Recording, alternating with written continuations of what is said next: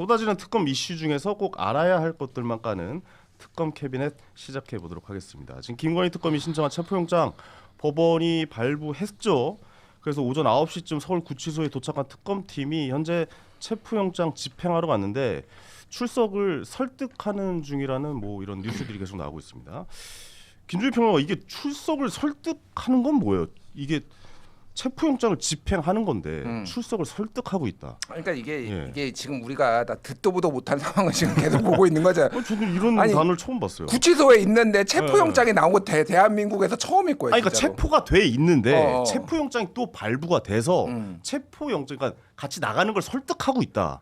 그러니까 이게 이제 큰 틀에서 보면은 특검들의 경쟁 관계를 좀 이해하실 필요가 있고, 그러니까 내란 특검이 잡아넣은 거잖아요. 그래서 내란 특검도 조사를 시키고 싶어서 계속 구인 시도를 했는데 서울구치소에서 이제 협조를 안 한 거죠. 그러니까 그 서울구치소 입장은 니들이 직접 해. 나 곤란해 죽겠어. 가운데서 껴서 곤란해 죽겠어. 약간 이런 느낌이에요. 그러니까.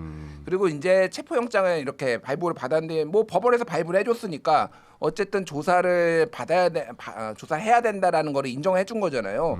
그러니까 지금 내란 특검 입장에서는 내란 특검은 그냥 말로만 했어요. 서울구치소를 압박하고. 그런데 이제 여기에서는 김건희 특검은 이제 직접 가야 되는 거죠. 그러니까. 그런데 그럼에도 불구하고 그 감옥에서 깜빵에서 끌어내는 거는 서울구치소가 해야 되는 거예요.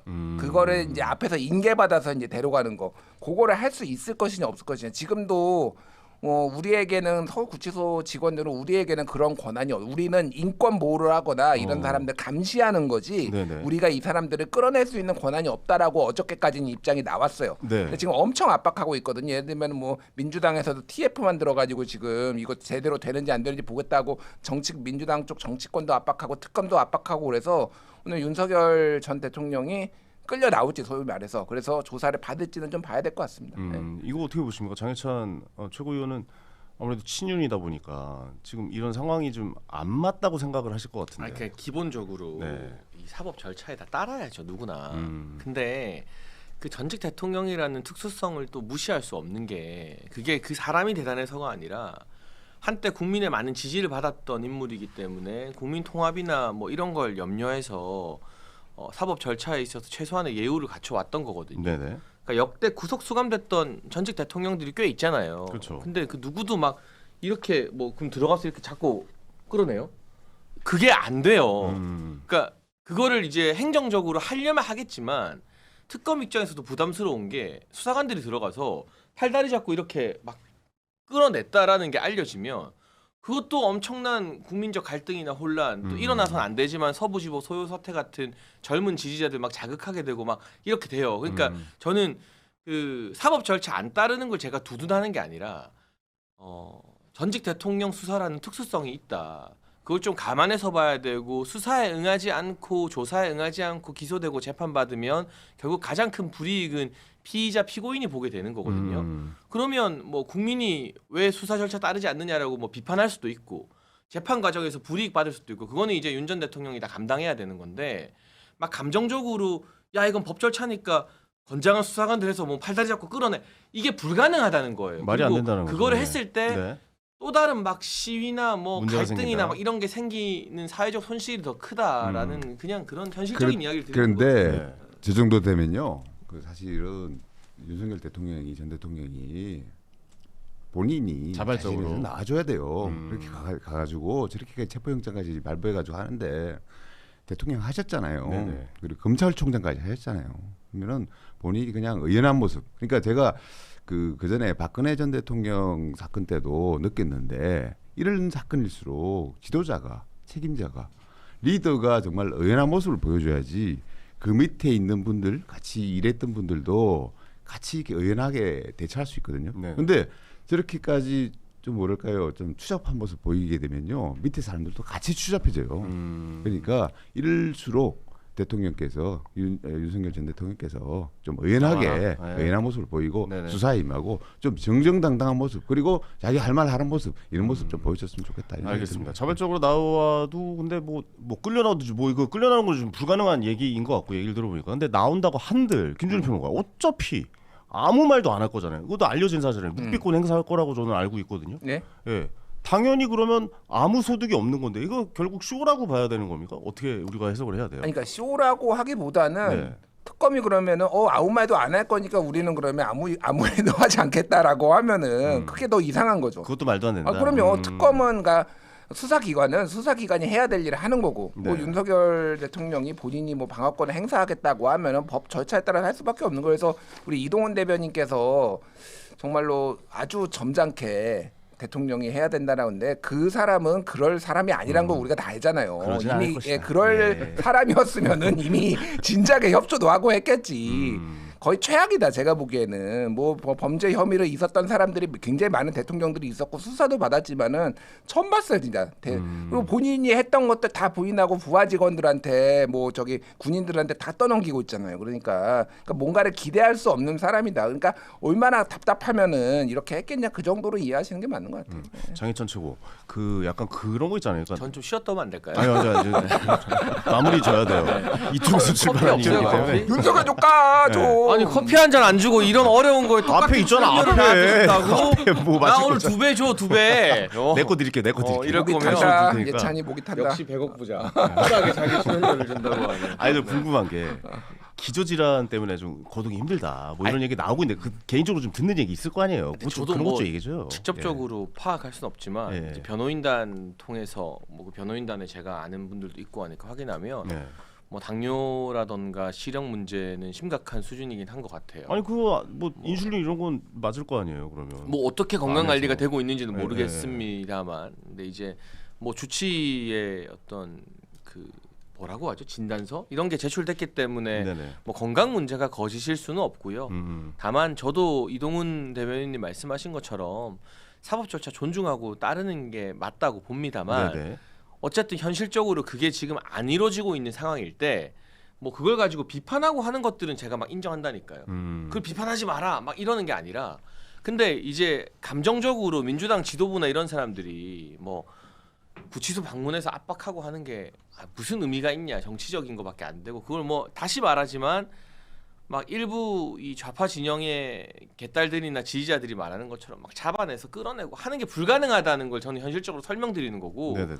그럼 뭐 특검도 특검대로 놀 수 없으니까 자기들 일하는 건데 대치하다가 이게 안 되면 뭐 다음 순서로 넘어가야죠. 또 그로 인한 국민적 뭐 비판 여론이 일어나거나 사법 관계에서의 불이익이 있으면 그건 또 피고인 피의자가 감당해야 되는 거고 저는 그냥 현실적인 부분을 짚어드리는 거예요. 이게 감정적으로 막 잡아내고 막 이런 게 그냥 불가능하다라는 말을 드리는 것뿐이에요. 윤석열 전 대통령 그 기저질환 같은 경우에 제가 뭐 정보는 없습니다만은 네. 그 뭐 기저질환 있는 게 당연한 것 같아요. 그러니까 술을 그렇게 드시는 분인데 기저질환 없으면 그 이상한 거죠. 그래서 저는 그 뭐 건강 이상 뭐 얘기하는데 오히려 술 안 드시니까 건강해지니까. 거기 가셔가지고 술 안 드시니까 예. 그런 건 있어요. 왜 술 많이 드시는 분들이 항상 그 좀 끊으면은 명현 현상이라 그래가지고 몸이 좀 안 좋아져 그런 느낌이 들어요. 네. 그러니까 막 알코올이 막 부르고 이런 느낌이 드는데 오히려 조금 지나면은 몸은 좋아지실 것 같아요. 그러니까 그거 가지고 건강 가지고 너무 핑계 대실 필요는 없다. 저는 그렇게 생각합니다. 건강 핑계는 될 필요가 없다. 예, 그냥 적극적으로 임해라. 뭐 이렇게 좀 이야기를 좀 정리해 볼 수 굉장히 있을 것 같아요. 점잖은 조선일보 논설위원님으로 기억하고 있는데 굉장히 네네. 독하시다 말투가. 지금 개혁식당에 계신데 조곤조곤 점잖으신데 내용이 굉장히 독하다. 네네네. 깜짝 놀랐습니다. 네. 그렇습니다. 자 계속해서 좀 다음 주제로 넘어가 볼 텐데 매칭이 많으신 것 같아요. 이해해 드려야죠. 예, 거기 계시다 나왔어요. 방금 점잖은 분으로 알고 계시다니까 깜짝 놀라네요. 내가. 아니, 멘트가 너무 독해가지고 위원님. 아니 두 분 관계는 그냥 좋은 걸로 마무리할게요. 예. 좋아지고 있습니다. 좋아지고 있다. 알겠습니다. 자 윤영호 전 통일교 세계본부장 구속됐습니다. 지금 계속 이제 구속영장 청구되고 있고 이게 어디로 번들지도 좀 우리가 계속 지켜봐야 되는데 지금 보니까 지난 2023년 통일교가 윤 전 본부장을 통해서 권성동 의원에게 억대 자금을 여러 차례 나눠준 것으로 의심된다는 건데 권성동 의원은 통일교와 금전 등 부적절한 관계를 맺은 적이 없다. 뭐 당연히 이런 입장이겠죠. 자 이거 어떻게 보시는지 김준일 평론가님 한번 한 말씀 해주시겠습니까? 이게 이제 어떻게 알려주면 그동안에 이제 추론과 뭐 이런 뭐 기존에 있었던 정보들을 가지고 했다라면 이게 조금 구체적으로 나온 게 그 윤영호가 구속이 되면서 구속영장에 그 권성동 의원의 혐의가 일부 적시가 된 거거든요. 네네. 거기에서 이제 나온 게 억대 불법 정치자금 수수를 했다. 그리고 2022년 10월 달에 수사 정보를 통일교 쪽에 흘렸다라는 거예요. 근데 이제 이게 무엇에 대한 거냐? 구체적으로 나와 있지는 않지만은 2022년 6월에 한학자 총재 등이 해외 불법 원정 도박 600억대를 했다라는 걸로 그때 경찰이 수사에 착수를 했어요. 네네. 근데 한 4개월밖에 차이가 안 나니까 대략 그거를 가지고 근데 이거 결국 무혐의 나왔거든요. 네. 그러니까 그래서 이게 단순히 수사 정보를 흘린 정도냐 아니면은 아예 정권 실세들이 개입을 해가지고 이거를 무마를 한 것이냐 이런 유의 것들이 굉장히 많아요. 통일교가 2019년에도 그때는 이제 중앙지검장이었죠. 그때 무슨 일이 있었냐면은 통일교가 그 자기네 건축물 뭐 이름 까먹었나 약간 그 하얀색 있어요. 가평에 있는 거. 네, 그거 알아요. 불법 네. 건축을 해가지고 그거 포함해서 여러 개를 해가지고 2천억대의 비자금을 조성했다라는 거를 수사기관이 조사를 하고 있었는데 그때 소위 말해서 이제 낙천 선생 보면은 통일교 화살표 윤석열 이렇게 해가지고 그게 결국은 수사팀이 교체가 되고 윤석열 온 다음에 그 다음에 이게 무혐의가 나요. 그것도. 그러니까 이런 식으로 통일교가 불법적인 일을 했을 때 정치권에 줄을 대가지고 그게 검사든 정치권이든 뭔가를 해결하려고 했던 유구한 역사들이 있는데 거기에 소위 말하는 윤핵관이 지금 끼어 있다. 그래서 그러니까요. 예 저는 이제 지금까지 압수수색을 한 6명 당했거든요. 국민의힘 의원들이. 이제 조만간 체포동의안 날아오겠다. 구속되겠다. 국힘도 예, 그게 시작되네요. 1호가 권성동 권성동 의원 가능성이 상당히 높아지고 있다. 지금 강릉에 먹구름이 끼고 있다. 뭐 네. 이 정도로 보고 있어요. 아니 네. 전체적으로 돌아가는 그림을 보면 사실 칼날이 권성동 의원으로 지금 향해서 가고 있는 것 같긴 해요. 지금 이제 뭐 이상민 전 장관도 구속영장 청구가 됐고 지금 이 방향이 이렇게 하고 있는데 이제 커피를 좀 드리면서 이제 장해찬 이렇게. 최고에게 여쭤볼게요. 근데 이제 제작진이 나한테 왜 잘해주나 제가 대본을 잠깐 분석해봤더니 네. 오늘의 분량의 90%가 특검 이야기고 정치 현안이 10%도 안 돼. 네. 이거는 나를 불러놓고 샌드백하라고 지금. 지금 거의 국힘 얘기예요. 내 대본을 제가 안 읽고 보통 나오는데요. 통상 얘기는 왜 안 하는 거야? 이거 다음부터는- 나라가 제일 중요한 얘기인데 다음부터는 통상 얘기. 대본 읽고 이러면 저 잠수 탑니다 진짜. 통상 우리 협정 맺은 거는 사실 깔 게 없어. 다 깐다잖아요 저희가. 예. 여기 깔게 많을 깔게 텐데. 너무 많은데. 지금 그 코스피 정도야. 떨어지고 있는 거 안 우리 보이세요? 객관적으로 생각해 100억 봅시다. 번 거 맞아요? 주식 많을 텐데 지금 코스피가 폭락하고 있다고요. 객관적으로 1번 정도만 하면 그냥 넘어갈 수 있는 선이에요. 외환 보유고가 일본의 절반이야. 저기 최고 GDP가 예, 절반이야. 장희찬 우리 최고 이걸로 넘어가자. 질문이 이거 아니야. 맞아. 질문이 이게 아니라 지금 통일교와 권성동 의원의 관계에 대해서 궁금해하는 분들 굉장히 많거든요. 아니, 근데 국민의힘이랑 좀 연관성이 있어요, 어때요? 저는 예. 진짜 몰라요. 왜냐하면 저는 목사님 아들이거든요. 그러니까 개신교 목사님 아들이라서 무슨 상관이에요? 네, 이름이 예수 찬양이에요. 깜짝 놀라겠네. 그래요? 그래서 뭐 통일교니 진짜로? 신천지니 하는 이야기에 잘못 그 사람들이랑 만나기만 해도 저는 집에서 호적이 파이는 입장이기 때문에 저희 아버지가 또 그 교단에서 이단 심판관을 하셨어요. 네. 그 목사님 중에 그런 특별 직책 같은 게 있는 분이라 저는 아예 뭐 이 티테이블 같은 것도 못 해요 그분들이랑도. 근데 나는 진짜- 상관없다. 진짜 일단. 모른다. 나는 상관없다. 그렇게 해가 커피 다시 주세요. 뺏어야겠네. 아니, 별 그리고- 얘기 안 하네. 예. 저는 아마 이동훈 의원님도 아마 잘 아실 텐데 초창기 소위 말하는 윤핵관 권력 구조에서 정권 잡은 이후에 권성동 원내대표는 좀 밀렸어요.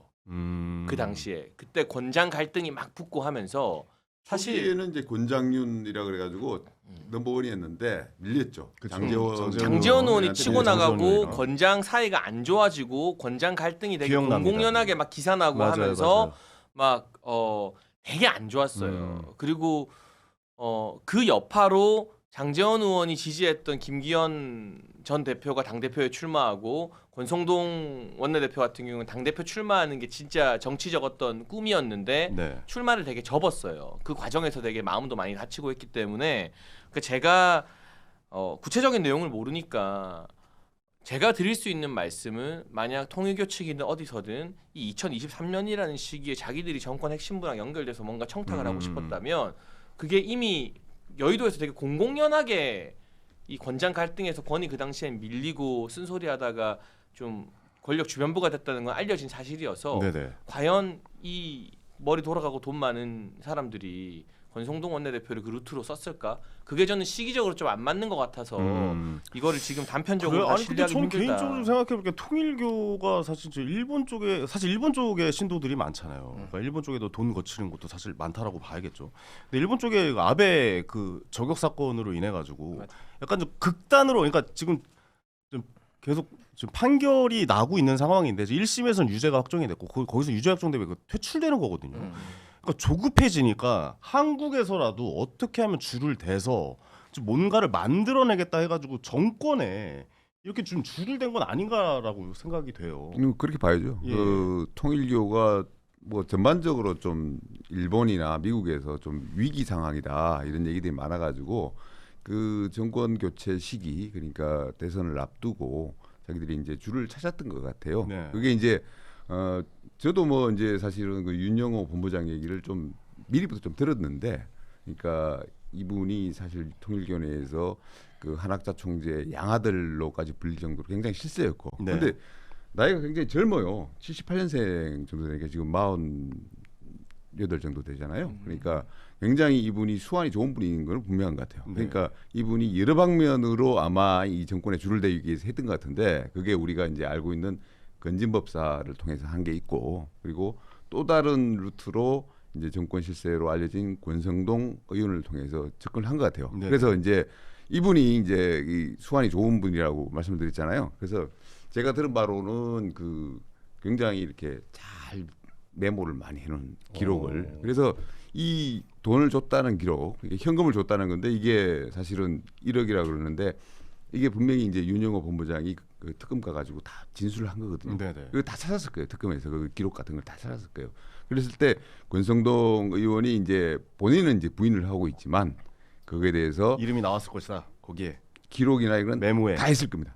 윤영호 본부장의 평소 행태나 습관 이런 거를 봤을 때는 기록을 다 해가지고 구체적인 정황을까지 이제 뭐 얘기를 한 걸로 제가 들었는데, 뭐 한학자 총재한테 어떻게 받아가지고 뭐 돈을 어떻게 했다 뭐 이런, 그러면은 그걸 갖다가 이제 권성동 의원은 부인을 하고 계시니까 그 부분에 있어서 이제 앞으로 그 공방이 벌어질 거예요. 네네. 제가 봤을 때 이거는 기소는 아마 할 것 같은데 기소가 될 거기서 것 재판 가가지고 네. 그 진짜로 그 돈이 오간 정황들을 가지고 판단을 하거든요, 재판부에서.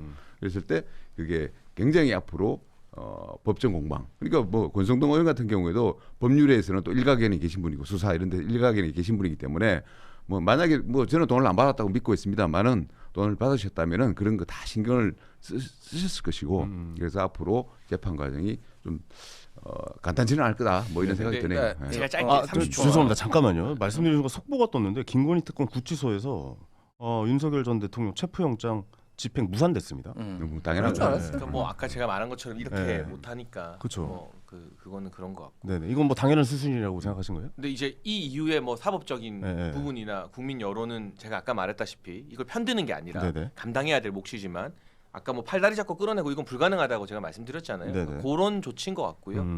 요거 권성동 대표 관련해서 30초만 말하면, 아 길게 말하셔도 돼요. 그 안에 있는 내용 좀 다 얘기해 주세요. 국힘 내용 그 안에 있는 아니 내용. 좀. 예. 내용을 제가 알 수가 없고 모른대잖아. 정치인 이런 뇌물 사건이 꽤 있었어요. 뭐 옛날에 성완종 리스트도 있고 막 했는데 네. 이게 기본적으로 압색이나 이런 게 구속영장 청구 전에 먼저 절차가 들어가요. 그럼 이제 특검이 이제 권성동 대표 사무실이나 이런 거 압수수색을 하겠죠. 네네. 근데 어떤 물증이나 이런 게 확보되지 않고 지금 일방 진술이잖아요. 이 윤모 씨의. 그렇죠. 그러면 구속영장 발부까지는 안 가요. 그럼 기소를 하더라도 우리 이동훈 대변인님 말씀처럼 불구속 상태에서 법적 공방이 있을 텐데, 줬다고 하는 사람, 근데 이거는 법리적인 설명을 드리는 거예요.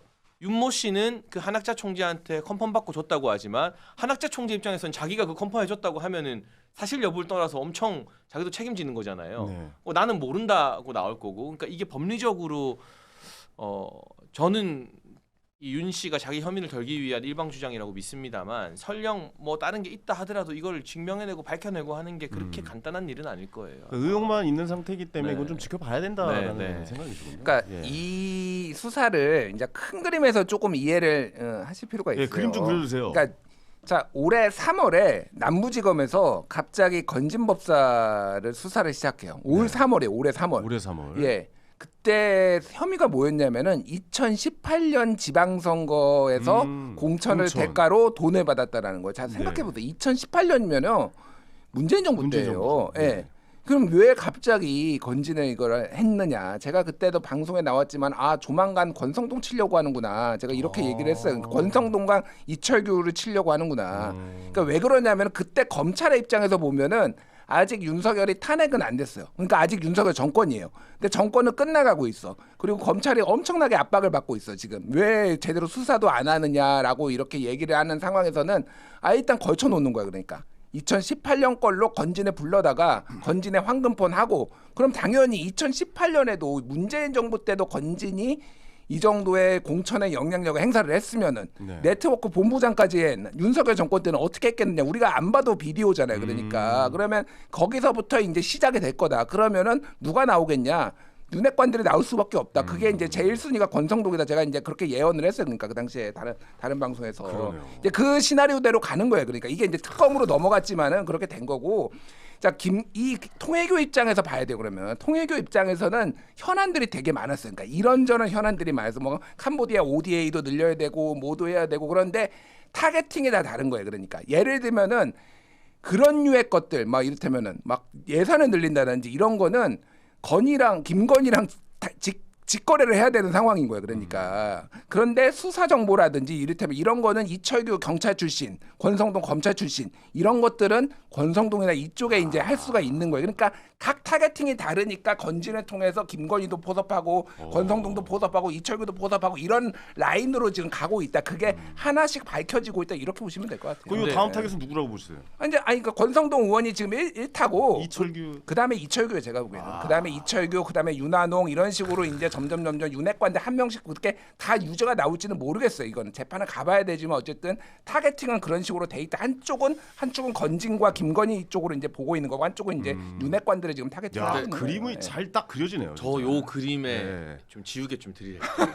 제가 밥값을 해야 되니까. 지우지 말고 그림을 찢어요. 네. 네, 찢어져요. 네. 있으면 제가 그건 우리 대통령께서 잘하시는 건데 저는 경로하면서 이렇게. 찢는 거는 전문은 아니고. 치륜 맞아요? 네. 치륜 맞아? 아니 이재명 대통령이 잘하는 거고. 찢는 거 하면 이재명 대통령이죠. 네. 예, 여기 저 이야기에서 무슨 말씀을 하시는 겁니까? 예, 네. 말씀하십시오. 예. 아니 일단 그 건진과 친한 윤핵관이 있기는 합니다만 권성동 대표는 아니에요. 그거는 이제 초기에 또 다른 분이 있어요. 내가 나중에 방송 끝나고 적어드릴게. 근데 그래서 건진 타겟이 권성동 대표로 연결되는 거는 저는 조금 맥을 잘못 짚고 뭐가 안 나올 거다. 네네. 그거는 건진이랑 오랜 관계가 있는 윤핵관은 또 따로 있다. 그리고 현재 수사 선상이나 이런 어떤 언론 보도에도 이철규 의원은 등장 안 하고 있으니까 네. 지금 뭐 그 사람도 엮일 거다라고 하는 거는 좀 위험한 추론일 수 있고 이 건진법사 수사는 그 코인 범죄자를 남부지검이 잡으면서 시작된 거거든요. 가상화폐 관련. 근데 얘를 잡아다가 수사하니까 얘가 살고 싶어서 일종의 플리바게닝을 시도해요. 영화에 많이 나오잖아요. 내가 이거 불 테니까 나 좀 깎아달라. 그렇죠. 그래서 얘가 자기가 건진 공천 헌금 심부름했다는 진술을 언제 하냐면 남부지검에 작년 8월에 했어요. 탄핵이고 계엄이고 한참 전이에요. 근데 남부지검이 그걸 갖고 묵히고 수사 안 하다가 계엄 터지고 탄핵 딱 맞으니까 이거 이제 까야지 하면서 건진 소환 조사하면서 이제 이게 시작된 거거든요. 네네. 그러니까 이제 그런 흐름으로 이렇게 건진을 잡으려고 잡은 게 아니라 갖고 있다가 남부지검이 묵혀두다가 탄핵 터지니까 이렇게 시작된 거고, 여기서 무슨 말을 하고 싶냐면 작년 8월에 이 코인쟁이한테 이 진술을 듣고도 묵히고 있다가 시기 봐서 수사하는 검찰은 해체돼야 된다. 진짜 검찰은 나쁜 놈들이다. 검찰을 제일 잘 이용했었잖아요. 저는 검찰한테 악감정이 아주 많습니다. 검찰 출신 한동훈도 싫지. 그래서 난 진짜 검찰 다 해체해야 된다. 그러면 여야가 다 검찰 체를 외치고. 그러니까 딱 하나 민주당에 찬성하는 게 검찰 개혁. 검찰 개혁이야. 알겠습니다. 이 이야기는 좀 지켜봐야 될 것 같아요. 왜냐하면 김준일 평론가께서 그림을 저는 김준일 평론가를 이래서 시사 방송에서 진짜 엄청나게 많이 쓰는구나라는 걸 느꼈는데 제 머릿속으로 좀 정리가 좀 된 것 같은데, 요거는 한번 저 그림대로 가나 아니면 어떻게 좀 수사가 진행이 되는지 좀 지켜봐야 될 것 같습니다. 할 얘기가 너무 많아요. 이상민 행안부 장관의 또 국무위원 중에 이상민 행안부 장관 구속영장이 발부가 됐죠. 자, 이제 시작인 것 같은데 이제 줄줄이 구속영장 발부가 될 것 같아요. 그때 국무회의 했던 분들이 다 이제 구속영장 발부가 되지 않을까라고 생각이 드는데 어떻게 보고 계십니까? 이거는 이 수순대로 가겠죠, 결국에?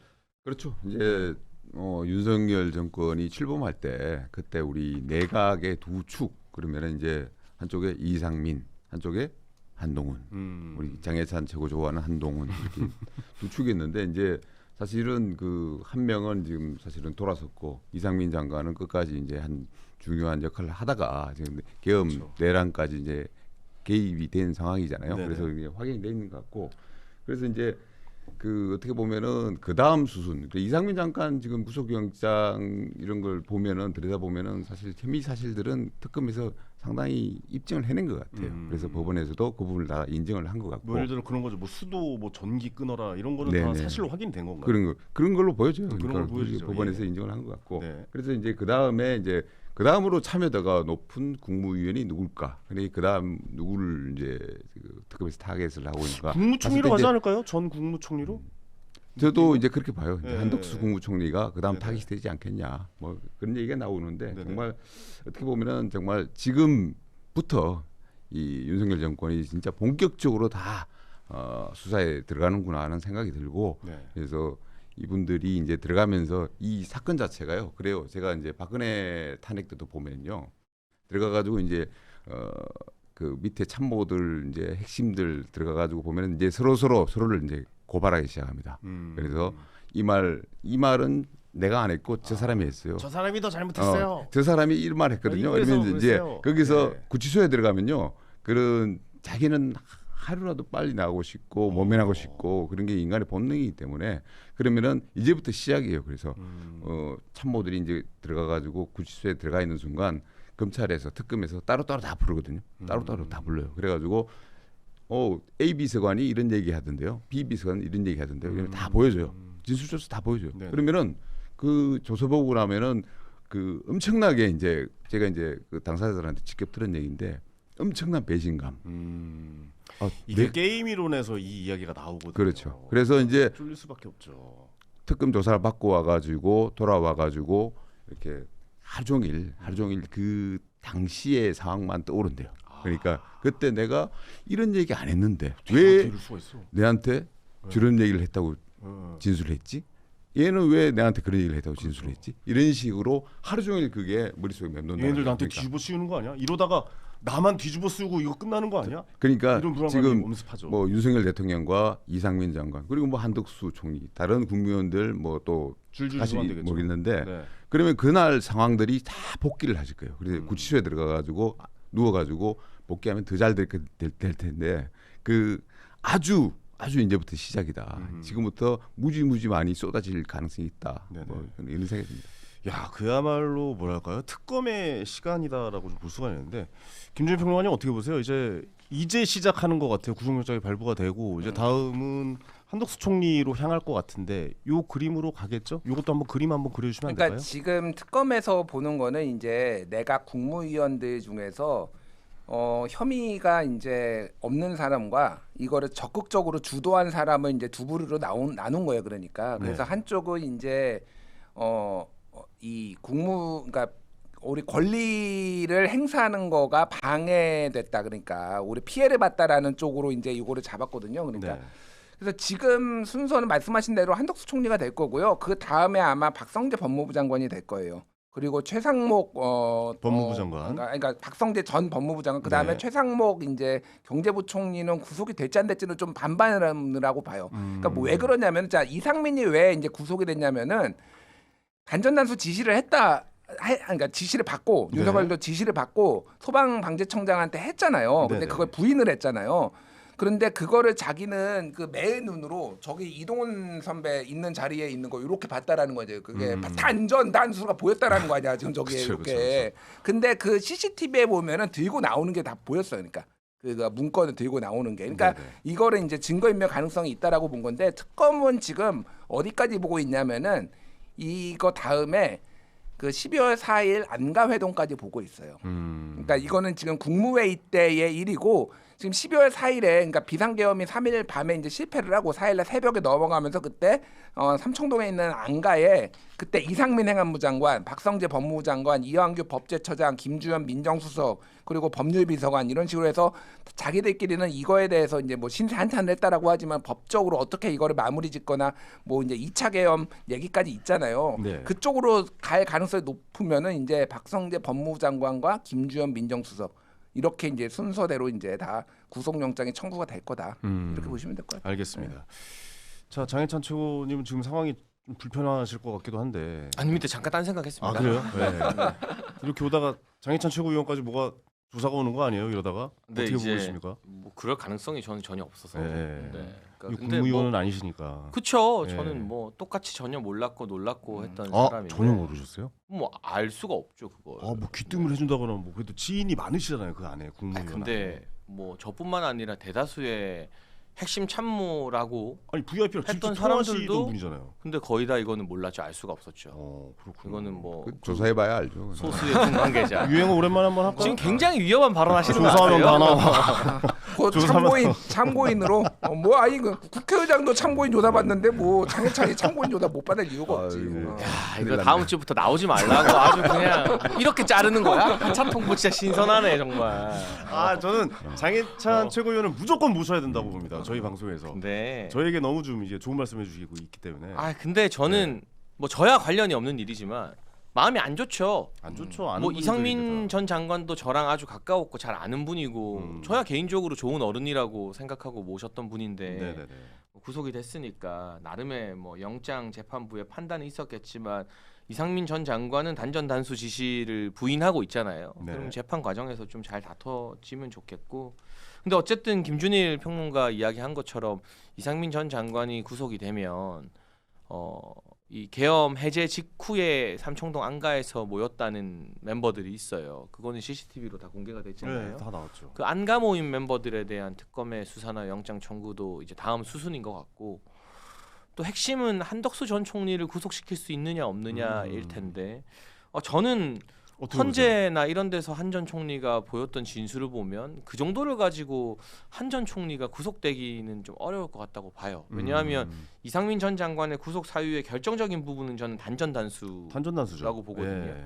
근데 한 전 총리는 어쨌든 국무회의에 참석해서 그 전까지는 몰랐고 그러니까 계엄에 대한 사전 모의와 전혀 관련이 없는 인물이고 네. 사후에 안가 회동에도 없었고 뭐 그리고 그 헌재에서 한덕수 전 총리가 진술한 걸 보면은 본인은 이 비상계엄 조치 등에 대해 협조적이지 않았다. 국무회의에 완결성이 없었다라고 증언했고 하는 내용들이 있어서 한 전 총리를 수사는 하고 특검이 지금 봐서는 영장은 치겠지만 한 전 총리가 영장 발부될까? 저는 그까지는 좀 영장 발부가 안 되지 않을까 싶습니다. 영장 발부까지는 네. 총리까지는 가지 않을 것이다. 뭐 전망하자면 예. 네. 안가에서 회동했던 사람은 발부가 되겠죠? 그건 모르죠. 근데 어쨌든 특검이 조사해서 영장 신청까지 나겠죠. 근데 영장 네네. 발부 여부는 뭐 예측하는 게 좀 어려워서요. 네. 확실히 국무위원들과 좀 많이 좀 알고 지내셨습니까 그동안? 뭐 저는 아는 분들이 꽤 있죠. 그래도 아 많이 좀 네. 친하게 지내시고 그랬어요. 그럼요. 그래서. 네. 그걸 뭐 부인할 건 없고. 소환 조사 유도하는 거예요 지금. 아니 뭐 오라면 가야죠. 우리 검찰에서 보고 계시나요? 아니 특검이 저를 참고인으로 오라면 가야죠. 뭐 그걸 제가 꺼리낄 아이 건 전혀 그럼요. 없는데. 그러니까 근데- 제가 이렇게 얘기할 수 있는 거는 진짜 못생긴 사람한테 너 못생겼어라고 얘기 안 해요. 예. 이쁘다고 오히려 너 참 하지. 착하게 생겼다. 예, 제가 귀엽게 뭐- 생겼다. 그렇죠. 돌려서 얘기하지. 이렇게 직접적으로 물어보는 거는 전 장해찬 최고가 뭐 그런 부분에 있어서는 당당할 수 있다라고 생각을 하기 때문에 이제 직접적으로 예. 왜냐면 그때 제가 야인이었기 물어보는 때문에 겁니다. 무소속 예. 야인이었기 그래, 때문에. 놀았어, 힘들었던 그때. 시기죠. 예. 한동훈 대표가 도와준 거예요, 그러니까. 안 그랬으면. 그렇게 되나요? 네. 한동훈 대표 때문에 인지도가 얼마나 올라갔습니까? 사실 장해찬 최고요. 감사합니다. 안 그랬으면 지금 특검 불려가야 되는데. 그렇죠, 그렇죠.